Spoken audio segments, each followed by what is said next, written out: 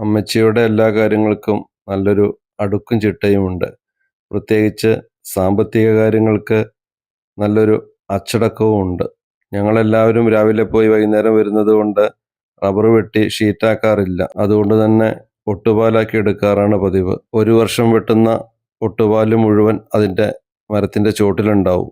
വർഷത്തിലൊരിക്കലാണ് ഓരോ മരത്തിൻ്റെയും ചോട്ടിൽ നിന്ന് ഇതുപോലെ ഉണങ്ങി പരുവമായ ഒട്ടുപാല് പറക്കിയെടുക്കുക. അത് നേരെ കടയിലേക്ക് കൊണ്ടുപോകും. അപ്പം അമ്മച്ചിക്കറിയാം ഓരോ മരത്തിൻ്റെ ചോട്ടിൽ നിന്ന് കിട്ടുന്ന ഒട്ടുപാലിൻ്റെ എണ്ണം അനുസരിച്ച് ഒരു വർഷത്തിൽ എത്ര വെട്ട് കിട്ടിയെന്ന് അമ്മച്ചിക്കറിയാം.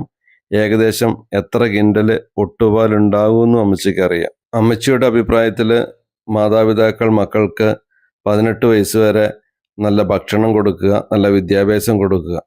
എന്നിട്ടും സ്വന്തം കാര്യം നോക്കുന്നില്ലെങ്കിൽ ഒരു 21 വയസ്സ് വരെയെങ്കിലും അവരെ സംരക്ഷിക്കുക. അതിനുശേഷം ഓരോ മക്കളും അവരാർജിച്ച വിദ്യാഭ്യാസം കൊണ്ട് അവരുടെ ജീവിതമാർഗം കണ്ടെത്തണം. അതാണ് അമ്മച്ചി പറയുന്നത്.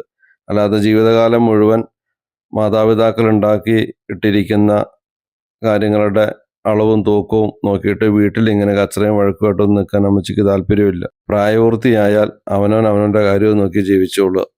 മാതാപിതാക്കൾ ഉണ്ടാക്കിയിട്ടിരിക്കുന്ന സ്ഥലത്ത് കാപ്പിയോ കുരുമുളകോ അടയ്ക്കയോ റബ്ബറോ എന്താന്ന് വെച്ചാൽ അവരത് പിറക്കി വിറ്റ് അവരുടെ കാര്യം നോക്കി ആരുടെയും മുന്നിൽ കൈനീട്ടാതെ അവർ സന്തോഷമായിട്ട് ജീവിക്കും.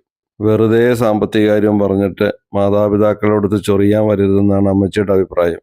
തോട്ടത്തിലെ ആദായങ്ങളൊക്കെ മക്കൾക്ക് ഏൽപ്പിച്ചു കൊടുത്തതിന് ശേഷം ഒരു വഴിക്ക് പോകുമ്പോൾ വണ്ടിക്കൂലിക്കും പൈസ ഉണ്ടാവില്ല, ചായക്കും പൈസ ഉണ്ടാവില്ല.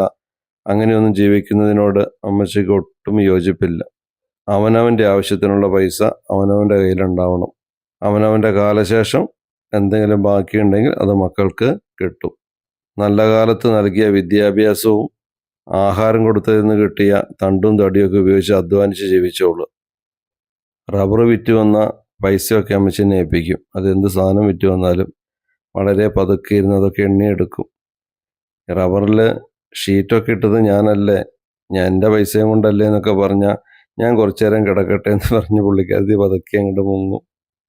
എന്നാലും വീട്ടിലെ ആദായവും കാര്യങ്ങളും കൈകാര്യമൊക്കെ ചെയ്യുന്നത് കൊണ്ട് ഫുൾ ടൈം ആൾ എൻഗേജ്ഡ് ആണ്, ഹാപ്പിയാണ്.